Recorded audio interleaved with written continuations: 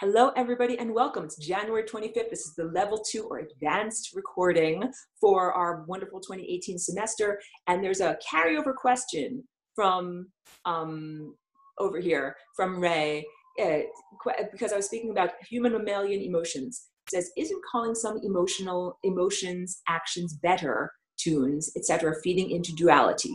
So to clarify, what I said about the orange level of mammalian emotions is that it's been highly distorted. And it's been highly distorted because of the distortion of our intellectual aspect. And if I squint and scroll and get a picture over here, then you'll be able to see exactly what I'm talking about. If I can find the thing I want to find. Okay, this one will work. So get the pen to work too. This yellow level is our daily waking intellect.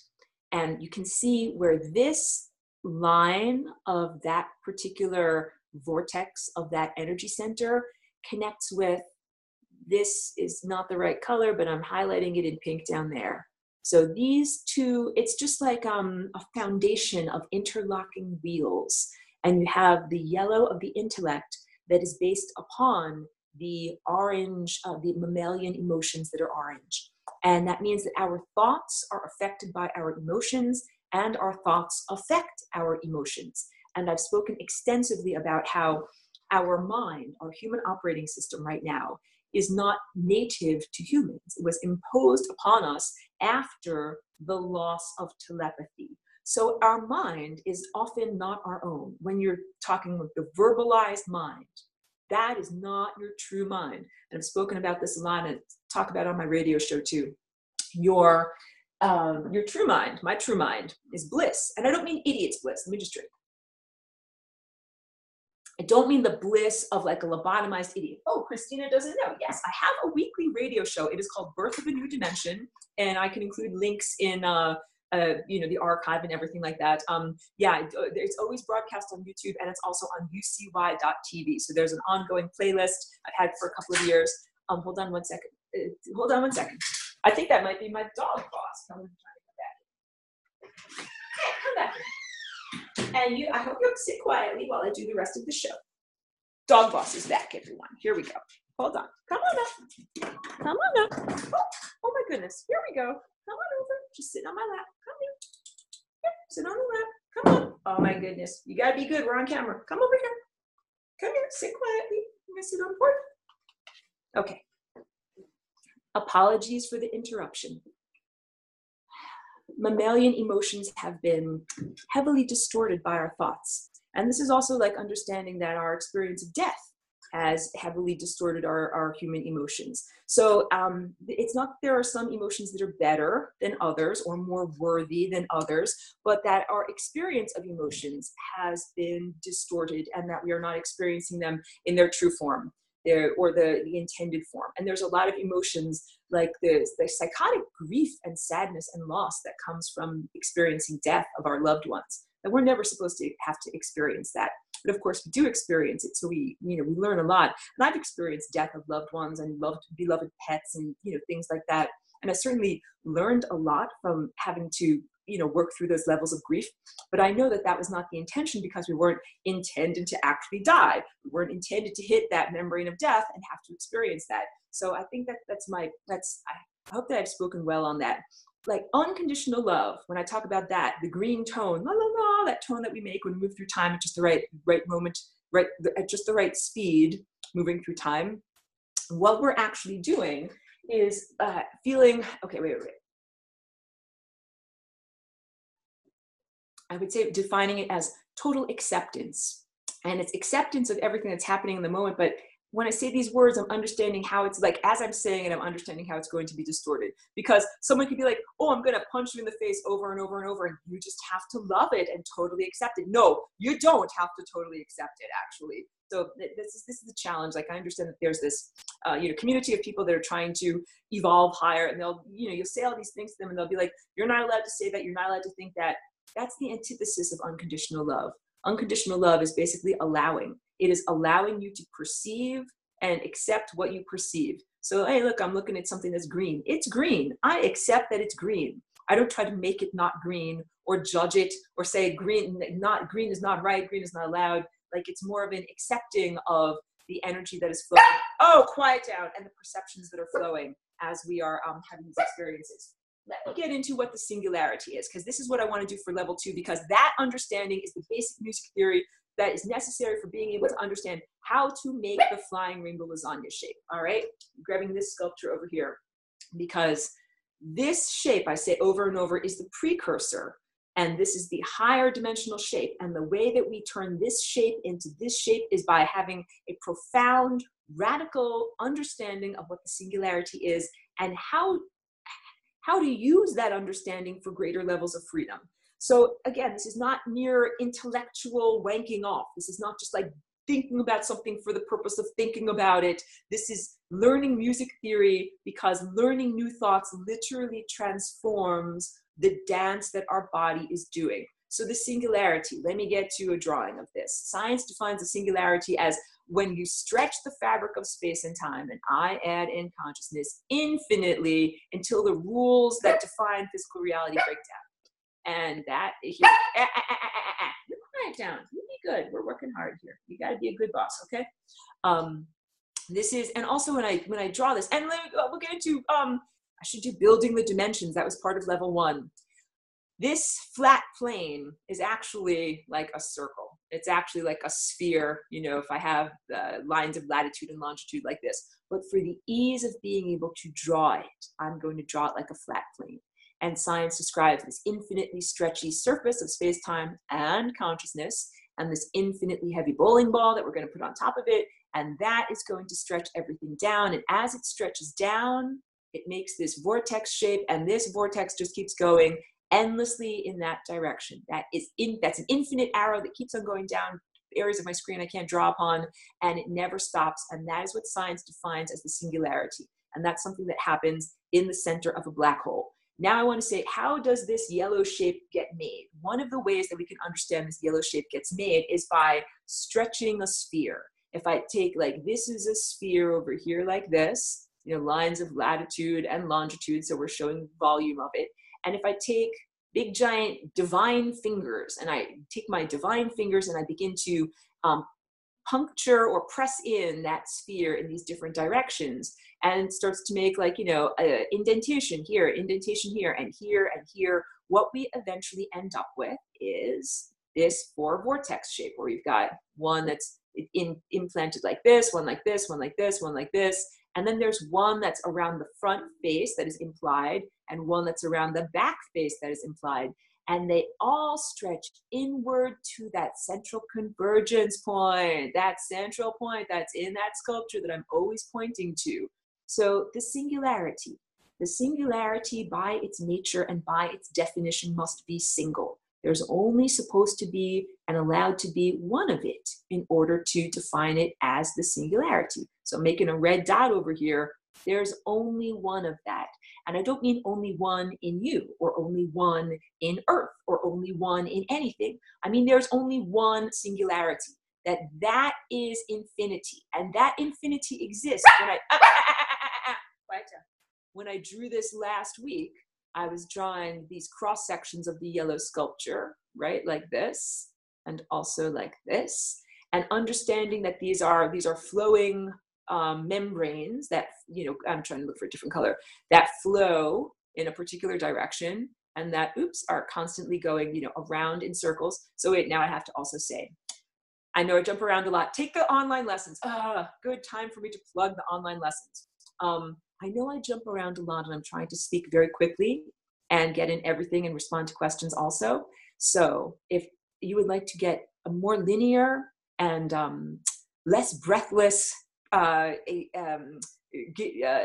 expression of this information, take the online class, enroll in the teachable class, because I really lay it out in a much more linear fashion. So I go back and I listen to my lessons, and I'm like, okay, these are all the things I want to make sure to get to, and sometimes I don't get to everything.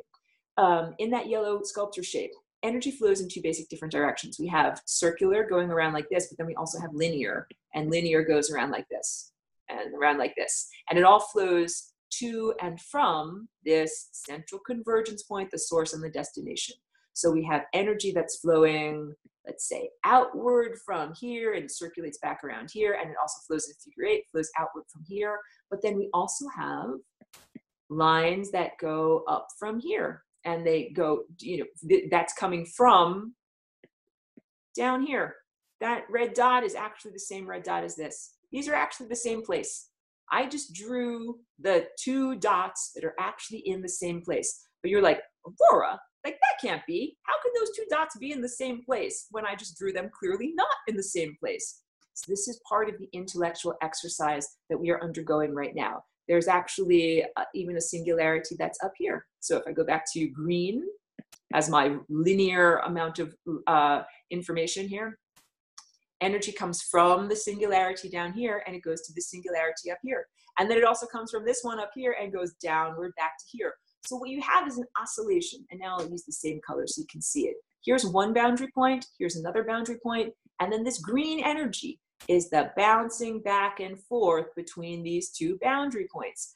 This is how we can understand infinity within a finite space. Now this is the advanced class, like advanced physics. All of these ideas are not mere intellectual isms. They are really meant to be something that is liberating. So again, I'm not just giving you gobbledygook or trying to just flap my mouth parts or anything like that. This is all leading somewhere. It's all going somewhere.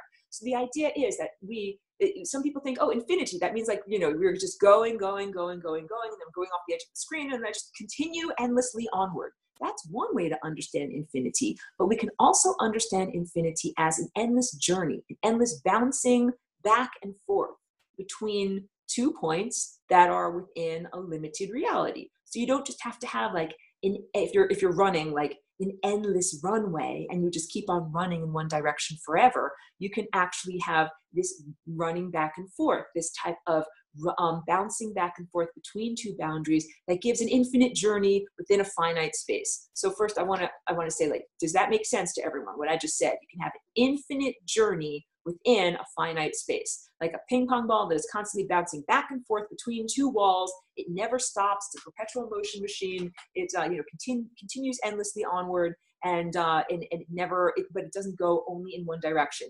That's what this apparatus that I'm drawing over here is like.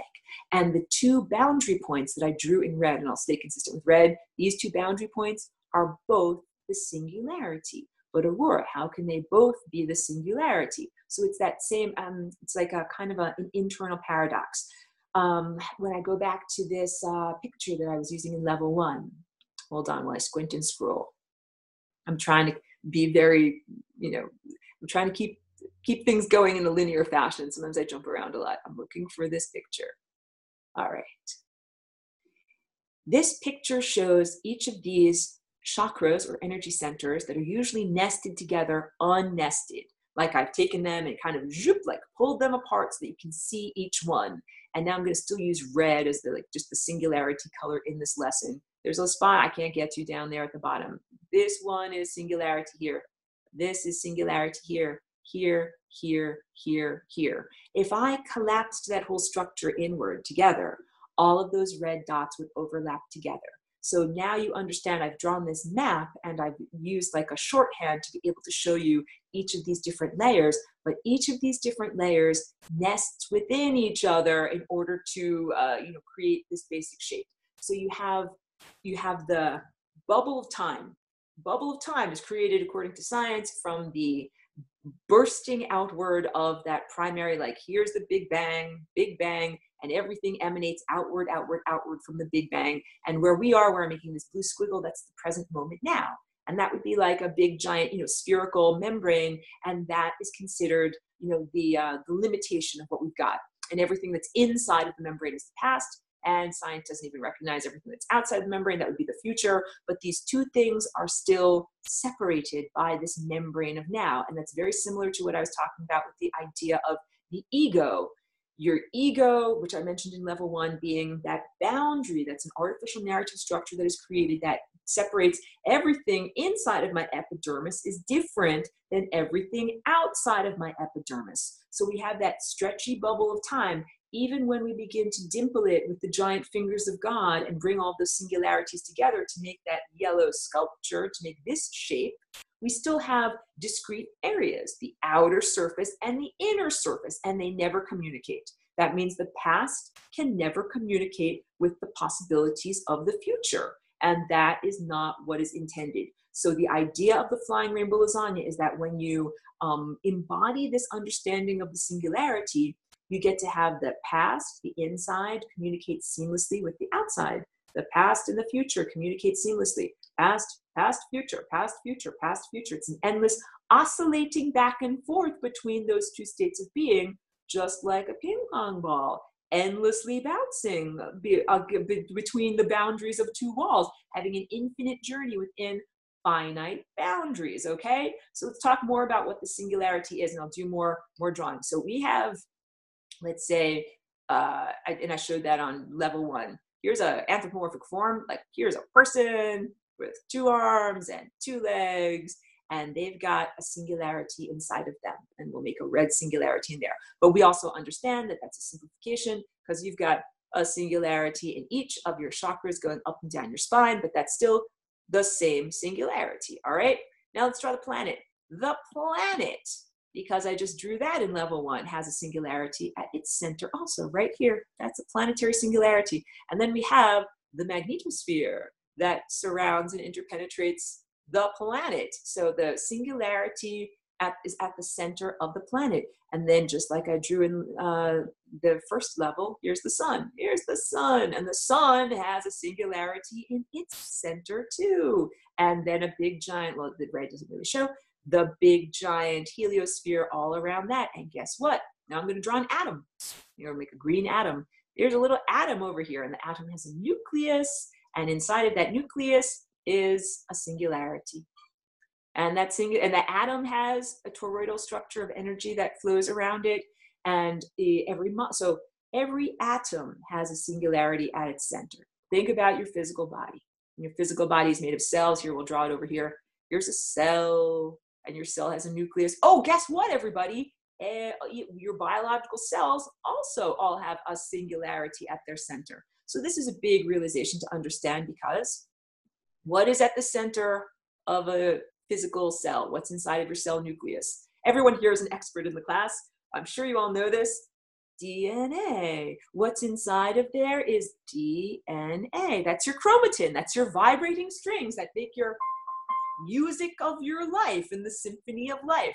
So now we're understanding DNA is a conduit or a connection to the singularity. And the singularity, I'm circling all these singularities. This is the source. This is God. This is divinity. This is the origins of consciousness and the destination of all consciousness. So DNA is our cellular connection to the source of all consciousness, this singularity. So every single one of your physical cells has at its center a singularity and a connection to the divine, or to all infinity and infinite potential. And inside of your cell is made up of many, many atoms. So now let's draw all of these red dots. Look at all those freaking red dots. There's probably a couple of 100 or 1,000 of them just inside of one cell.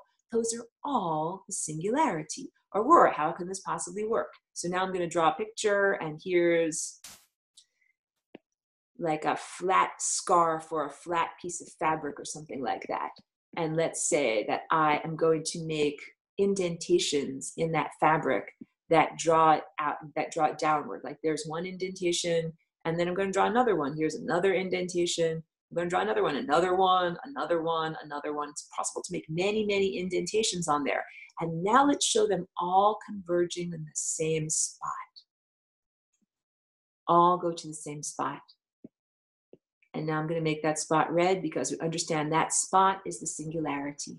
There's only one singularity. So if I rewind, if I drew it at first like this, you'd be like, oh, look, Aurora, that's just like your drawing of the separate chakras that each have their own convergence point. But if I do what is, visually more accurate, then I say I extend all of these together. They all go to the same place. And I'll use more analogies too. All right, they all go to the same singularity. Let's just draw another one. Here is the singularity right over here. And now I'm going to draw all these different doorways. Like here's one doorway, and here's another one, and here's a little tiny one that's far away in time, and here's another one that's close by, here's another one, another one, another one. These are all doorways or portals of consciousness or places of transit, and they all open into the singularity. They all go to the singularity, and they can be far distant in time. They can be millions of years apart. They can be distant in space. They can be, billions of light years apart. Doesn't matter how far apart they are in time or in space. They all go to the same singularity. I'm presently using the magic of one-point perspective in artistry in order to show you how these doorways all converge on the same place. So this is really, you're doing yoga of the perception. This is higher dimensional perception. We are stretching our vision of reality and our understanding of the structure of the cosmos in order to be able to do this genetic dance. Each one of us is like a genetic portal, and we have our present level of consciousness, and our individual bodies and the cells of our bodies all connect back to that central convergence point over here. They all connect back. So let's say this is one person over here, and this is another person over here, right? You would say, look, those two people are totally not connected. This guy's all the way over here. This guy's all the way over here. This guy might live in 1700. This guy might live in 1900. They're separated by hundreds of years, or they're hundreds of miles apart. They're clearly not overlapping, but they all have that inner doorway to infinity, and it's always the same infinity. That is what that is over there. So that means that this guy and his singularity in the year 1700 and this guy and his singularity in the year 1900 are actually not separated at all when you look at the singularity. When you look at the structure of how they are structured, their red dots have absolutely no distance between them. Their red dots are both located right here where I'm making this arrow. That is the real understanding here. That is the real liberation. That's like the key integument to be able to make this shape. So now I'll draw some more of this shape. Oops, wait. If we start off with that basic 4 vortex shape, it takes a second for the pen to come up. Okay. 4 vortices. Bear with me. Here's that central convergence point. All right. So last week I spoke about this in the advanced class. How do we vibrate that central convergence point into a higher dimensional reality? What does this mean? Like, what do all this wordly gobbledygook mean? What does that mean? I put the room inside of a room. What is the room that contains the room? The room that contains the room is called hyperspace. Put it in a context, a higher dimensional context. So I took that stretchy fabric, that stretchy bubble of time, space, and consciousness, and it's not just something that exists with nothing around it, like a vacuum around it. Now it exists in a room, and there's stuff around it. And we're able to vibrate that shape either up and down very fast, or keep that shape in one place and shake the entire room up and down very fast. It's the synopsis of what I spoke about last week. So now let's understand this. Let's keep consistent with the red dot. This red dot over here, all right? Let's say I want to connect. So this is how you do the flying rainbow lasagna dance. This is music theory before you actually put it into practice. I've got it. Look, I'm going to draw an outline and show that this is me. This is me. This is Aurora. This is me. Oh, quiet down. You are too loud. Quiet down, please. That this is me with that singularity inside of me. Quiet down. And I want to do the flying rainbow lasagna dance. I can connect myself with the singularity that is in a different person in a far distant place. And the way that I do that is by understanding that the singularity that is inside of me is not distant at all from the singularity that is inside of them. These two giant dots that I am now connecting with the giant line, that line is actually 0 in length. They're not far apart at all. Those red dots are actually on top of each other, overlapping. And this has to do with the structure of that torus and the way the energy flows, because it comes from the red dot, red dot right here. It comes from the red dot, travels outward into the physical, and then returns to the red dot, and then travels outward into the physical again. And we keep going on all of these figure eights. Look where all those figure eights overlap. Look at how this shape is actually made, because everything overlaps there. So everything overlaps there. It all lives in the same place, but it doesn't necessarily live there at the same time. It takes time. It's like the endless journey of photons. So Richard Feynman was an interesting physicist from the 1950s, and he was relatively iconoclastic. And he had this idea that there's only one photon, that there are not many, many photons. There's only one photon that is endlessly being emitted from the sun and moving through time and then moving backwards through time and endlessly embroidering the surface of time over and over, being emitted and moving back, being emitted and moving back, like loops of embroidery thread, making events in reality. So once we achieve the higher dimensional perspective, we understand that all of these singularities are spread out. Let me change my color. They're spread out over time. Look, oh, it looks like there's many, many, many singularities, but no, what we're actually looking at is like a time-lapse depiction of something. There was one here at one point, then it's the same one over here, then it's the same one over here. This singularity that's in me is exactly the same as the singularity that's in this guy over here. And it doesn't matter if I live in the year 2018 and this guy lived in 1885, or will live in the year 12 million, it's the same singularity. And once you understand that, that is how you make here, I'm just looking for a good color. That is how you make the flying rainbow lasagna shape, where one singularity is connecting you to whatever you are connecting with. So someone asked me, oh, I'm going back to my face. Someone asked me a wonderful question in my messenger. I still have to reply to them. And I apologize to anyone who sent me phone messages, emails, messengers, whatever. I'm so overwhelmed, and it's been I've been taking a long time to respond to everyone. So thank you for your understanding. And it's like, I've just been in a very abstract state, because I think that that's what's happening with this birth of a new dimension, that we're achieving a new level of mental consciousness where it's becoming more and more difficult to do that clunky administrating, like having to call the bank or, all of those types of things. Those are artificial. That's not your bliss mind. I said before earlier in this broadcast, your true mind is a blissful mind. It is not the idiot's bliss, like not being a lobotomized robot or anything like that. It's the bliss of an athlete when you're in your zone. It's the bliss of a musician when you're playing a song that you're really good at and you know exactly what to play. I don't have to think like, move my pinky, move my thumb. I know what I'm supposed to do with my hands. And when I do it right, I'm literally superseding the limitations of my verbalized mind. I don't have to think at all. I don't want to think at all. And I try to do whatever I can during my day to maximize the physical events that I'm doing that make me not have to think. And I kind of am not enjoying the events that I have to do that make me have to think, like banking and other sorts of, administrative things. So I try to minimize what I'm doing with that. But the idea that so what you're doing with your mind in this time and place, you can connect with other people and other minds in other times and places. Someone sent me a message. They said, hey, can I flying rainbow lasagna with Jesus Christ? I'm like, what an awesome idea. If you believe in a historical Jesus, let's draw it out. If you believe in, let's draw some simple stick figures over here. Here's a stick figure from, 2,000 years ago. And they have a singularity inside of them. If you believe in a historical Jesus, a physical embodiment that actually walks the earth. And then let's say, hey, here's a person who lives in the year 2018, right? And let's say that you would like to either positively influence this person over here with some ideas from our present time, or receive nourishment from that person over there, that some energy or idea or thought or love comes from them to you, that it is possible to make the flying rainbow lasagna shape between the two of you. How does that feel? How is this done? What do I do in order to do something like this? So, okay, at this point, I'm pretty advanced with my flying rainbow lasagna. I'm pretty jazzy about it.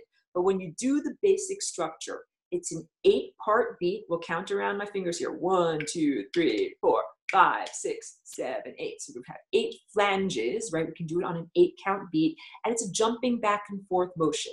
So this is not a flat static object either, just like your DNA is not a flat static object. And this purple zone here is the singularity, like analogous to the red dot in this lesson. And this purple zone here is the singularity. And this shape is made by the jumping back and forth motion of the singularity vibrating the fabric of space, time, and consciousness. So, we had that infinitely heavy bowling ball that was stretching the fabric to its infinitely stretched levels. Well, what if we not only stretch the fabric, what if we then begin to vibrate the fabric back and forth? And this is what we're doing. We're having, at a certain point, the singularity occupy this position. Like I have my right eye and my left eye, my right eye and my left eye, and they both give me binocular vision. But at a certain point, we have the singularity occupying this position. And last week I spoke about how we can have this position embody or exemplify the quality of energy, totality, like having consciousness, having lots of energy, heat, molecular movement, a sense of self. And then contrasting that with this area, which would be entropy, non-being, not having energy. Entropy is loss of energy. Instead of molecular movement and heat, it is being frozen and being very cold. And when you bring consciousness and matter to a state of pure entropy, like 0 degrees Kelvin, what happens is it all smears on top of each other and it creates unity consciousness, but at the other end of the spectrum. So over here, we've got, we would define as God, infinity, all beingness, all knowingness, all energy, all intelligence, all informationness, the awareness, a sense of self, every single person's sense of self overlapping all at once. That's divine, that's God. But then over here, we would have non-being, non-stuff, stuff that doesn't exist. Everything that doesn't exist being over here. So now I should get back into the 0th dimension. And even though I wanted to do this in level 1, let me do this in level 2. And I think that it'll be good recap for anyone that's already done this before. And I also will recommend the work of Rob, I think it's Bryanton on YouTube. He has a series that is called Imagining the 10 Dimensions. So I recommend it, check it out, it's very worthwhile. It's the idea of beginning with the 0th dimension, this dot, the singularity, and it's 0 because it does not require any amount of information to say what is located there.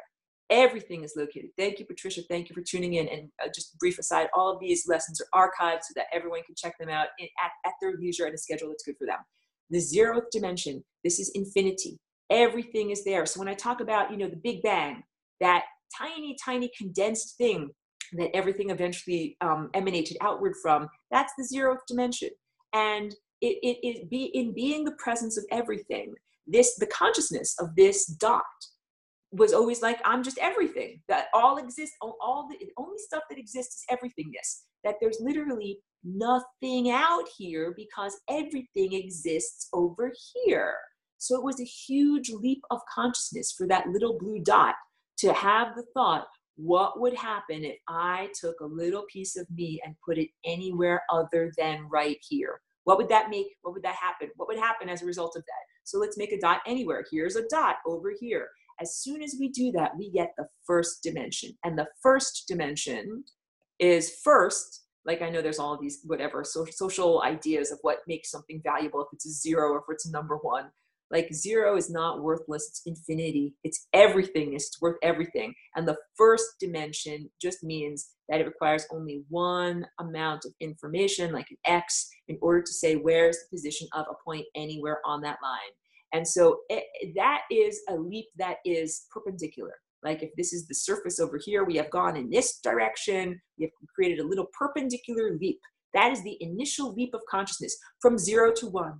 We just made the 1st integer, the 1st number, not just nothingness, but somethingness. And once you did that, I added 1 to 0. Now it's just a question of repeating the pattern. I'm going to add 1 to 1, and then I'll end up with 2, and then I'll add 1 to 2, and I'll end up with 3. Once you have that initial thought of adding 1, then you just keep moving at parallel lines. So we have the 1st dimension. Now let's get a different color over here. The 2nd dimension. What is parallel to the 1st dimension here? That's easy.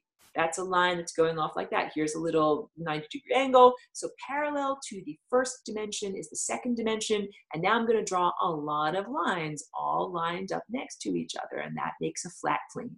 And that is the 2nd dimension. And the 2nd dimension is second because it requires both an X and a Y in order to determine the position of a point on that plane. And then what's the next thing that's perpendicular to the 2nd dimension? It's the 3rd dimension. We live in 3-dimensional boxes. We're totally familiar with this. That would be jumping on, if this is, wait. Here. If this is the flat surface of that, what I just drew over here, then the third dimension, because I have to use tricks of perspective to show this on this little flat board over here, is jumping off the surface of time. Jumping off the surface of the flat dimension into the third dimension, and then we create volume. So now I'm drawing like, look, here's another plane stacked up on top of there. Here's another plane stacked up on top of there. We stack up enough of them, and what we end up getting is a cube, and that's what the third dimension is. But then if I said to you, what is perpendicular to the third dimension? Oh, and it's third dimension because it requires 3 pieces of information to determine and describe the existence of a point in that cube structure. But we're not just third dimensional beings. If we were, we would pop in and out of reality that quickly, and we would not have persistence, being able to exist over time, over many, many moments of time, means that we have to be fourth dimensional too. So what is perpendicular to the third dimension? This is a very tricky question because it's not something you could point to. If I told you point to the fourth dimension, you'd have to point to a watch or point to a clock or something like that. So the fourth dimension is if that third dimension was a box shaped like this, then the fourth dimension is what happens when you take many, many boxes and you line them up next to each other like this. Line them all up, making a messy drawing here. Line up many, many, many boxes, and then you have a timeline. And that's the fourth dimension. So let's be impeccable with our language, because lots of people right now are talking about like jumping out of the third dimension into the fourth dimension and experiencing the fifth dimension. But don't be loosey-goosey with your language. We're already in the fourth dimension.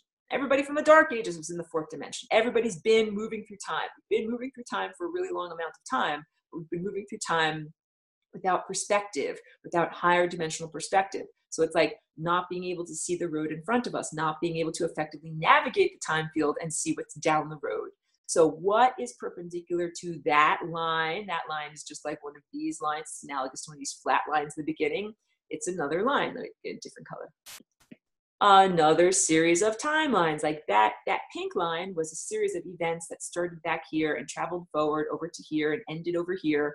We have a different series of events that goes over here. These are alternate realities, alternate timelines. And those alternate timelines and realities create a time plane. And I don't mean to be too confusing in doing that, but that time plane, it's not actually shaped like a flat cube or a square like I'm drawing there. It's actually shaped like the chakra system.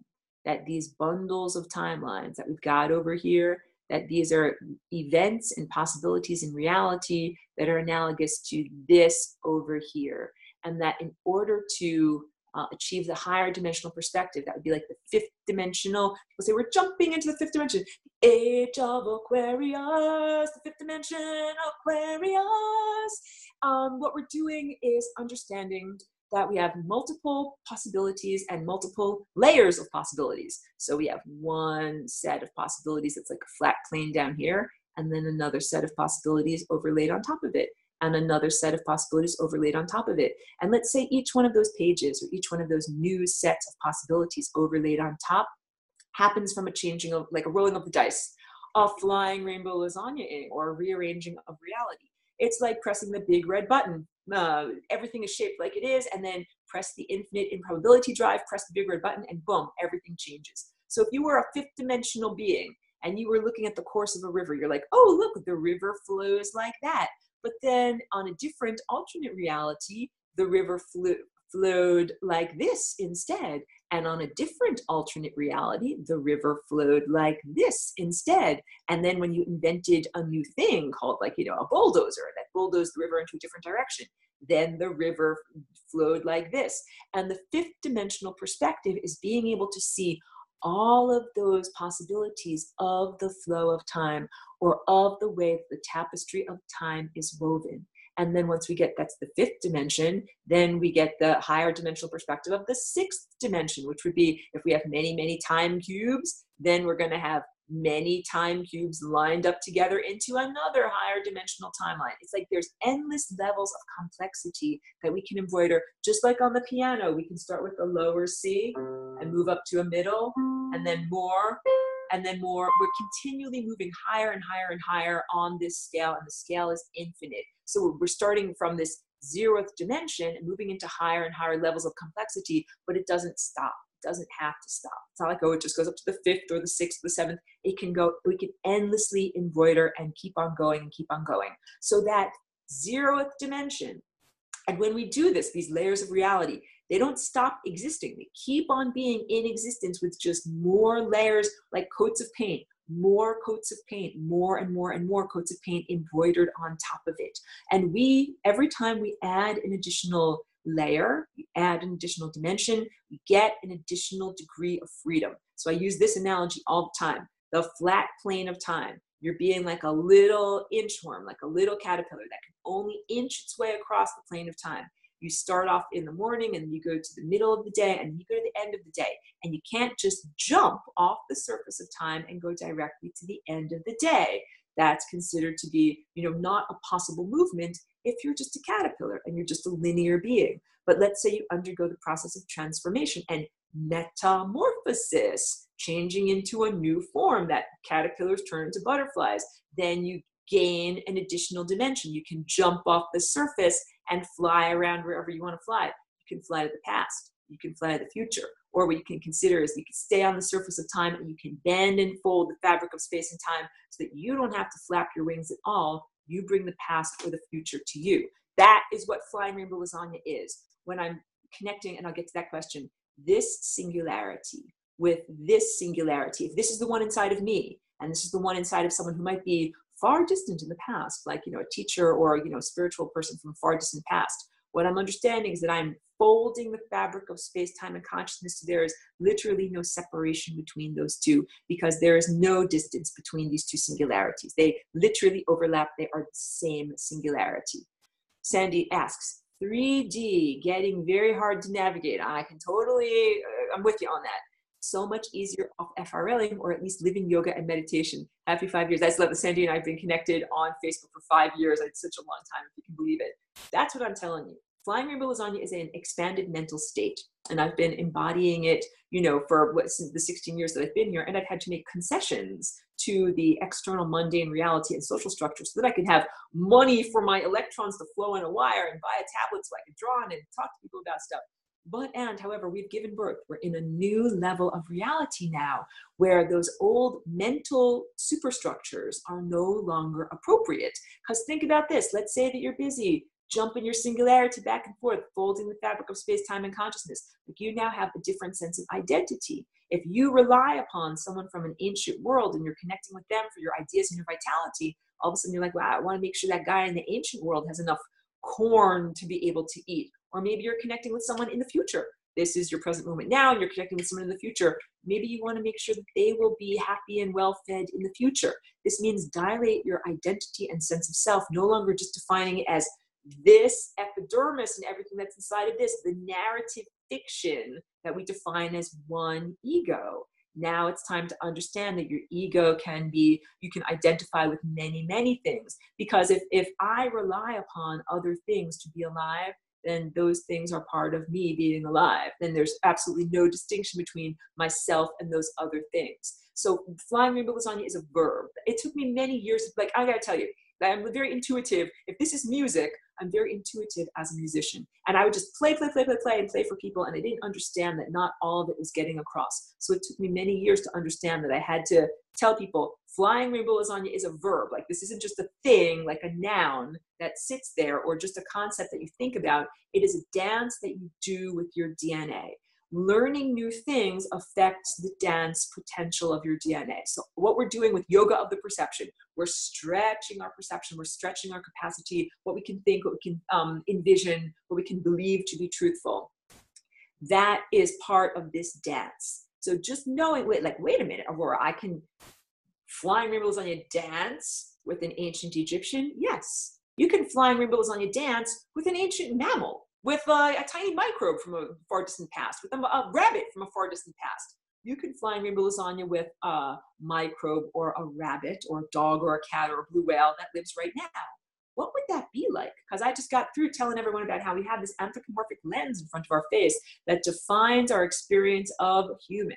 And if I'm flying rainbow lasagnaing with a giant blue whale, all of a sudden I'm like, I'm hungry. Like I want to eat a ton of microscopic shrimp. Like, that's what I want for dinner. That's what a blue whale wants for dinner. You know, that's not what a human wants for dinner. So all of a sudden, if you are combining your consciousness with a different type of organism, the values and the agenda of that otherworldly or other type of organism now affects you. This is what I'm trying to say. Like, when we are talking about meeting the galaxy, meeting consciousness that is at large in the galaxy, and I'll get to that question. No, well, actually, I'll answer you. Ray says, wouldn't they need to have the FRL too? Wait, read out your question. It says, wouldn't they need to have the FRL knowledge too? No, actually, it doesn't have to be that way. When I'll draw it as a guitar. If I'm a guitar, if the world is a guitar, actually, here's the guitar's neck. Here's the guitar where there's like the little pegs that tune everything up. And here's the body of the guitar. That's not the best guitar in the world, but you know what I'm talking about. And there are these different strings that are here. And that's just a very simplification of what we got there. If I pluck this and that, let's say all those strings represent all organisms everywhere and at all times. If I pluck this string that's over here to the left, this string that's all the way over here to the right vibrates sympathetically. Even if I'm not touching the pink string over here, it vibrates in response to what I have done, putting energy into the green one. It doesn't matter whether the pink string knows the song or knows the dance movements, it is being affected anyway. And this is understanding interdimensional or cosmic ethics. Like, I'm an interdimensional visitor. I've come into this physical body through this portal that's a genetic oscillation called the flying rainbow lasagna. And I'm constantly doing this song. I'm constantly singing this song on a genetic level. My emanations are spreading outward. I'm like a guitar string that is affecting all the other guitar strings. My little dog, everyone who's in this video conference, people that I've never met before, people in this time and place, people not in this time and place. They're all being affected by lasagna. And this is the whole point. Like, it wouldn't have been right if I just sat on an interdimensional cloud and like waved my magic wand and poof, now you're all lasagna. Like, it's not like that. What had to happen was I had to do it in my body as a template, play music in my instrument, and then have that music emanate outward and touch on other people. And at the same time, your music is all emanating towards me, and I'm feeling and hearing all of you, and I'm being affected by all of you. But it's not some type of a competition. I understood, like, I had to clarify things because we're in this socioeconomic matrix that is based on competition, but that's not where I come from in terms of my consciousness. I'm used to collaboration. So everyone is like, oh, who can be the loudest? Who can be the best? Who gets to be the star? Who gets to be the leader? It's not like that. It's meant to be a collaboration. But just like in the human world of music, there are some people that have a really loud voice. They might be trained as opera singers. They can sing very loud without a microphone. And then there are people that can't sing very loud without a microphone. The reason why the opera singers can sing so loud is because they trained their voice. They have literally cultivated the muscles in their larynx and in their diaphragm and all of their resonant cavities of their sinuses to be able to do that singing. And there's like different techniques that you can do to do that. So it's not just like, oh, someone's born with it or not born with it. It's about self-cultivation. When you conform to these patterns, and I know conformity is another word that people don't like. I'm not a conformist. I'm not some type of, like whatever, whatever fascist that wants everybody to do the same thing and be the same way. I'm not. I'm a jazz musician. I want everybody to be their own unique self. But there's this great music that's already written, and that's written by the great composer. And, I could say I'm the great composer if I dilate my identity, like if I expand outward to include and hug the entire cosmos, it's me. However, when I am Aurora here, embodied here, then it's like, okay, there's a great composer that made that music, and I'm a participant in the symphony, and I get to jazz around. And that means play what is unique to my particular body. This is interdimensional ethics. You get to stay alive when you follow the music of the time field, when you play the right notes. So the right notes include breathing air, getting enough oxygen, having essential nutrients like water and, food for nutrition, and also, living safely in a socioeconomic matrix. Like, you can drink all the water that's pure and eat tons of spinach and health food, but if you are in the middle of a freeway and a Mack truck is coming, you are not playing the right notes to be able to continue to be alive in the time field. So you have to learn, like, no, you can't sit in the middle of the street. No, you can't stand in front of a bullet. No, you can't do any of these things. That will destroy your body. So this is if you play the right notes, you get to keep on playing your music through time, but you get some wiggle room in what is the right notes. Well, we know the right note is going to be a C, but do I have to play it just short like that, or can I play it long like that? Can I change the tempo a little bit? Can I change the way that it's expressed? That is the whole idea of, personal expression of the musicians down here. So let's say there are certain events that are necessary for us to experience in terms of our transit through the time field. And then there are certain things that we can create as jazz musicians. Like, it's not already written in the music, but something, I want blah, blah, blah to happen. And I'm allowed to do that as a jazz musician, because we're supposed to be, like I was saying in level 1, always connected. I'm touching my crown chakras. You can see it on the camera. Always connected from our crown chakra to the divine, the great composer. We're not supposed to be disconnected.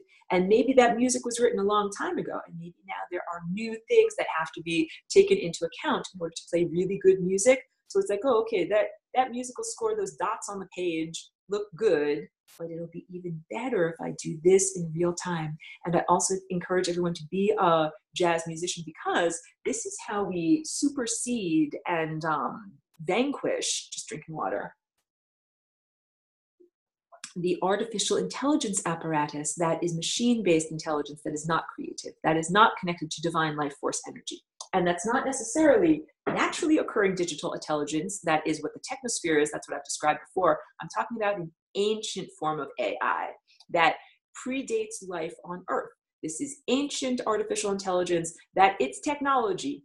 The reason why technology exists is because some consciousness beings are using training wheels. Like I said in level 1, they're artificially augmented. They have fake boobs. They don't have real boobs. And that's like, they're doing that because they don't have their own natural assets. They haven't done the muscle building and run the marathon to get their natural assets. It's open to everyone. If you want to run the marathon, if you want to be telepathic, do the work. Cultivate your consciousness. If you want to be an opera singer, do the training. Learn how to sing like an opera singer. But some people are like, I don't want to be an opera singer. Just give me a microphone. Just like zip, zip, zip. Much easier. We'll just spend a bit of money. We'll just use technology, and then I'll artificially amplify my voice. Your voice is your telepathy. And your telepathy is speaking not only to organisms that exist on Earth in this time and place, but also to people and organisms that existed a long time ago, and organisms that will exist, and far distant organisms that are billions of light years away from here. So if you're an artificially augmented, crappy musician, it means you are screwing up the music of lots of different places and lots of different people. And this is what I experience on Earth all the time. I hear all of this synthetic telepathy. That's like people farting up the joint.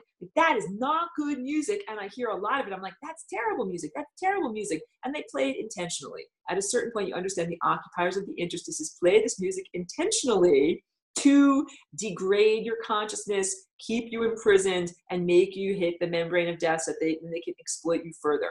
So the whole idea is flying rainbow lasagna means that you can transform your own genetic code, become like, quote unquote, a naturally trained opera singer, and sing really loud the divine music you're supposed to be singing, instead of singing the crappy music that human society is programmed us with, or human religion. Again, I'm not casting aspersions on your faith, but human religions are totally distorted. I want to say they're totally effed up. This whole idea of you have to die in order to not die, like you have to die in order to be immortal, that does not make any amount of sense to me, and I think is so wholeheartedly destructive and wrong that it makes me feel angry. Like, no, you guys should not all be thinking about that. It's like teaching kids the wrong thing. Like, no, you shouldn't teach kids to die so that they can then be resurrected and achieve immortal life. You teach people not to die. This is what, yeah, that's right, Zephyr, it's right. I'm getting a little agitated here. Yeah, you're not supposed to have to die. And that assertion, like I'm telling you my personal story. The previous occupant of this body, the ego structure, died, but this body did not die. I like to say, I died, but I did not die. And before I had the vocabulary word walk in, I used to introduce myself and say, hi, my name is Aurora, and I'm a dead person. And people were horrified. They dropped their opera glasses. Oh my goodness, what is she saying? Like, I'm not a zombie. That's not what I'm saying at all. Clearly, my body is healthy and alive and vital, and I eat food and I exercise, and that's how I stay alive. What I'm trying to say is that instead of ending my journey of consciousness, I, in a very unlikely way, continued onward. Now let's just, I know I'm almost at the end of the recording. Let me just see what I'm doing with Hold on a second. I'm sorry, I'm just checking my time. Yeah, I'm almost at the end of my recording. What is happening with the planet? Not to freak anybody out, but the planet has already died. We are on the planet. The planet is like, the body that we live upon. And physically, the third dimensional reality, or that limited level of reality, that is gone. There is no more pure objective materialist world, no more sidewalk for us to walk on. There's no more footsteps for us to place our feet into. We have to innovate every moment like a jazz musician and make something new with the paintbrush of our minds. And the idea of being dead can be, to some people, terrifying, but to other people, it can be liberating. Like there's a good movie called Donnie Darko, where a person recognizes that they're dead and that they're living in an artificially created world of pure mind. And instead of being like, oh, I better go to school and do my homework and listen to what mom and dad say, they're like, no, screw you. I'm going to do what I want to do because I'm dead and I'm liberated. What would that be like if we were an entire planet? What would it be like if in the entire planet, all organisms, all macro and microscopic organisms and the planet herself were like, wait a minute, if we're all dead, we can write an entirely new script. We don't have to keep on walking in the same footsteps that we walked in when we were alive on a basic level. Okay. Oh, person is saying, enter the void. Zephyr, thank you very much for your participation here today. Zephyr says, Enter the Void is a crazy movie about the Tibetan Book of the Dead visualized. I haven't seen that one, but that's a very good reference. Tibetan Book of the Dead, Bardo Thodol, I'm not pronouncing it correctly, but this is ancient map, like how you get what you're supposed to do after you die. Yeah, Christina's apparently seen it and it's good. The idea of the Tibetan Book of the Dead is that these ancient Tibetans are like scientists that have observed and studied the process of death, and they know much more about the journey of the afterlife than human scientists that do not even acknowledge that consciousness exists, much less that consciousness can exist independent of a neurological structure. And I'm here to tell you and prove to you, like, consciousness can exist independent of a neurological structure. And that, that's my experience. And that also it's hugely liberating. So yeah, according to the Tibetan Book of the Dead, you go through these different layers of reality after you die. And dependent upon how much baggage you're carrying or what you identify with, you will then, be reinserted in those different layers. And the whole idea is we're going for liberation, not just constantly walking around in a circle or having to reinsert, like I say all the time, the Groundhog's Day analogy of having to go through every single possible iteration before you find that one iteration that goes up the center. And I know that I drew this for everyone on this lesson. At some point, there's energy that's going around in a circle. Wait for the pencil to come up. It takes a second. Energy that's going around in a circle like this. And that's the endless circle, circulating around. But then there's that different energy that goes in a linear site, that goes like this, and that goes like this.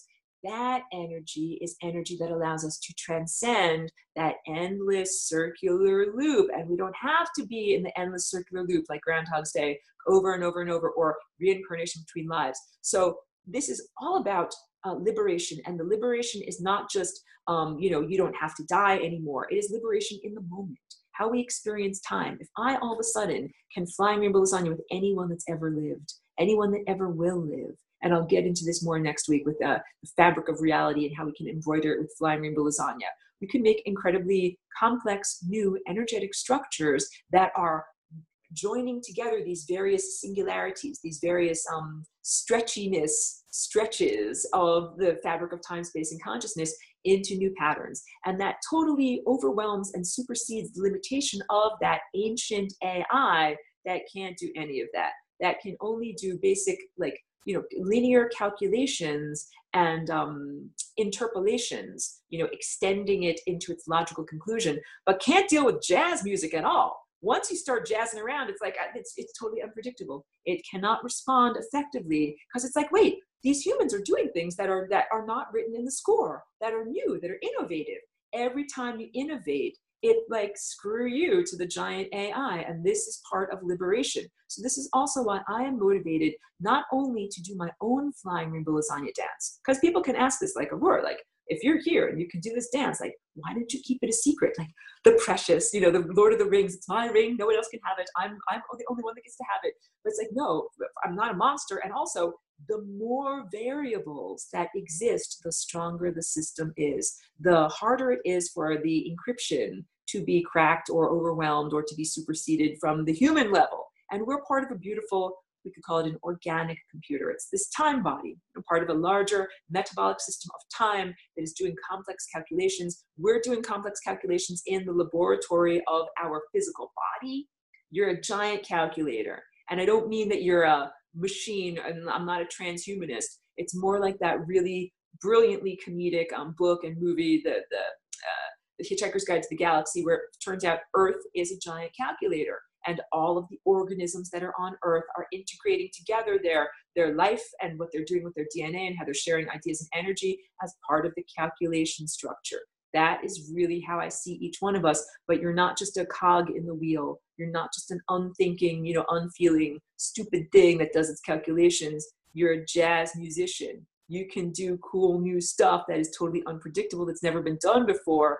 That's flying rainbow lasagna. So instead of dying as a planet, instead of dying as an individual, let's fly rainbow lasagna. Let's do something that's completely new, completely innovative, completely unpredictable, and transform this level of reality. So I'm gonna wrap it up, and I'm gonna get to any more questions. That's the whole idea, I feel, of what is going on in terms of revealing profound political corruption or profound, corruption in every level of this society. It's in art, music, politics, it's in everything. The dark magic that has been controlling humanity and limiting consciousness, that is why everything is traveling in a circle and is stuck to the wheel of time, as opposed to being free to flow where it actually was meant to flow. Because we are photons that are condensed and coalesced as light into matter, but we don't have to stay stuck as matter. We get to then become light again and continue our journey. That's the whole idea. And matter is the mother, the material realm, the motherly realm that we are coming from, that we are now being liberated from. Thank you very much, Christina. And it's time for me to, I'm just about to wrap it up, but I want to make sure that I get all of the questions here. Yes. That Sandy is saying, I'm with you, using FRL to live as light. That's what it is. We are eventually going to return to being pure light eaters. We're not going to have to buy apples at the grocery store. We're not going to have apples as the intermediary between the sun and us. Like you have to have a tree as an intermediary between your mouth and the sun, so you can eat an apple or whatever, a cow, a pig. You don't have to have that intermediary. We will be able to tap directly into the sun. Hey, if you can flying rainbow lasagna with your inner apparatus, with your attention and the sun, you can then get all of those ideas and energy and nourishment directly from the sun without having to use intermediaries. That is necessary to prepare for how experts do star travel. Experts do not do star travel with a clank middle spaceship. They do it through an apparatus like flying rainbow lasagna. You eat nothing but pure light. That's why you don't have to take toothpaste tubes full of food with you and a special spacesuit that's made of aluminum foil so that you have oxygen inside. You don't have to bring all that stuff with you. What you have to do is first get good enough, like a naturally trained opera singer, at being able to do this stuff without technology. Technology has been the infestation that has been limiting everyone. And again, I'm not a Luddite. I'm not like one of these people that's like, let's get rid of all computers and just, sit around a campfire. Like, I'm not. Clearly, I'm using a computer to talk to everyone because I feel like we have technology. We can use this in order to transcend. Like on Facebook and on Twitter and on all these different social networks, we can use it to share ideas about how to transcend these limitations and eventually move beyond it. At a certain point, I'm telling you guys, when this really gets activated, you will be so bored and unimpressed by what technology can do. You won't want, it's training wheels. You'll be like, get these training wheels off of my bicycle because I want to run really, really fast and these training wheels are just slowing me down. So at a certain point, we're not going to be like, oh yeah, talk to me on Facebook. It's going to be like, talk to me here using telepathy. However, we've been inhibited in many, many ways from doing that. Not only visible technology in terms of, the electromagnetic smog and other EMFs and things like that, but also the freaking nanoparticles that are being sprayed in our atmosphere every freaking day by cloaked orbs and exotic technology that is not terrestrial. Like, that's all mind control crapola that is being sprayed on humans, that makes humans not be able to think clearly, not be able to see clearly, not be able to move their DNA in the way that you actually should be able to move it. So don't be disheartened by that, but just use that to understand, like, it's very difficult to run a marathon if you have sandbags tied to your feet It's really hard to move your feet, but it's also making us very strong. So we've definitely done all of like the muscle building exercises of being on planet Earth. Now it's time for us to learn how we can get off of our planet through this self-cultivation. It doesn't involve technology. So the good news is it doesn't involve technology. You don't have to have $1 million to do it. You don't have to get permission from some software company or Bill Gates or, you know, the president or whatever. You do it, and you do it like, I'm doing it anyway. I don't care if the world doesn't want me to do it. You do it anyway. So that's my message to everyone that's on all of these and that watches my videos. Thank you for tuning in. Thank you for being a part of this. This is meant to be like, this is how we get out of here. And I wanted to say this also, not to denigrate, but there are very many people that spend a lot of time on YouTube or in different videos talking about and endlessly describing the bars on our cage. And I admit that those bars exist. And I'm happy now that people speak about it openly. We can speak about satanic rituals and dark technology, and all of those things exist. It's true. And I can tell you all about them in excruciating detail. What is more interesting to me is figuring out the key out of here. So like if you ever played Dungeons and Dragons, you begin with the story, the narrative. You find yourself in a room. What's the first thing you do? Examine the room. Like, is the door locked? Are the hinges on the inside? Are there any other ways to get out of the room? You have to first take an inventory and examine the room and see what's in there. But then you start figuring out ways to get out of the room. So I think that at this point, we're all very, very aware of the bars on the cage, the limitations to consciousness, the social and cultural and genetic limitations that have been imposed upon us. And now it is time to do techniques to transcend those limitations. So during my day, I check out the news. You know, I look at the Google News and I look at the Twitter and I'm like, what's all this crapola going on? And you get all like riled up. And then I'm like, now I'm just going to say F you to everything and go into a higher dimensional mental state called the flying rainbow lasagna and supersede all of that nonsense. And I do that literally every day as like a part of my spiritual practice and my physical practice, because it definitely keeps me physically fit. And I invite everyone else to join me. Come join the Cosmic Dance Party. So, you know, everyone, like, if you haven't already accessed the recorded lessons, like check them out, access the recorded lessons. If you need a scholarship, contact me for a scholarship. I want everyone to be good musicians. I want everyone to achieve these higher levels, to be liberated, to be free, and to have a wonderful human society here that is not, limited and constrained the way that's been limited for so many thousands of years. Zephyr says, while they create instruments to deal with smaller and smaller particular particles, they will actually see smaller and smaller particles seemingly without end. I am agreeing with you that whole scientific approach of the particle collider, first of all, is highly unethical, because it's like, I'm going to smash a universe to learn about the universe. Like, that ain't right. They don't understand. They're smashing universes where consciousness lives. Then, you can learn a lot if you, smash two organisms together, but you're also creating a lot of death and destruction. So it's an unethical way of exploring, and also the level of information they're able to distill from these explosions or, collisions or whatever is very surface. It's just what you can see and sense with your five senses. It doesn't sense consciousness at all. That's how come they can justify, like, oh, it's okay to collide particles because you can't sense consciousness, but then they also can't get any of the nutrients that are all about what is consciousness actually doing in those collisions. So science, I'm not just endlessly beating up on science, but it's extremely limited in its viewpoint and in what it can tell us. And at a certain point, we as individuals have to supersede what science tells us and use your inner telescope. Use your own, this is your own Hubble telescope that you can use to look at tiny particles, to look at far distant galaxies, to learn about everything on every scale in between and educate yourself. And you do that through self-cultivation. Basically, you get enough unconditional love to make your car drive on that road, and you're able to see that. And it's incontrovertible. Like, I don't need to read a book to know what's truthful. I see it. And then if I read a book that confirms it, I'm like, oh, that book was truthful. But I didn't learn it from a book. I learned it from seeing it inside. So that's another thing. Everybody re-achieving these levels of personal insight so that you don't take my word for it, please. That learn music theory, tune your instrument, use your own inner telescope, book time on the telescope, and look at all of this stuff for real for yourself. And I'd love to see other people's, personal interpretations of what they see in that inner realm. So time for me to wrap it up. I got to complete thank you very much. Let me just finish the recording. I really appreciate it. Let me just get it, because the download will be very long. So let me just say thank you to everyone who's tuned in. Please take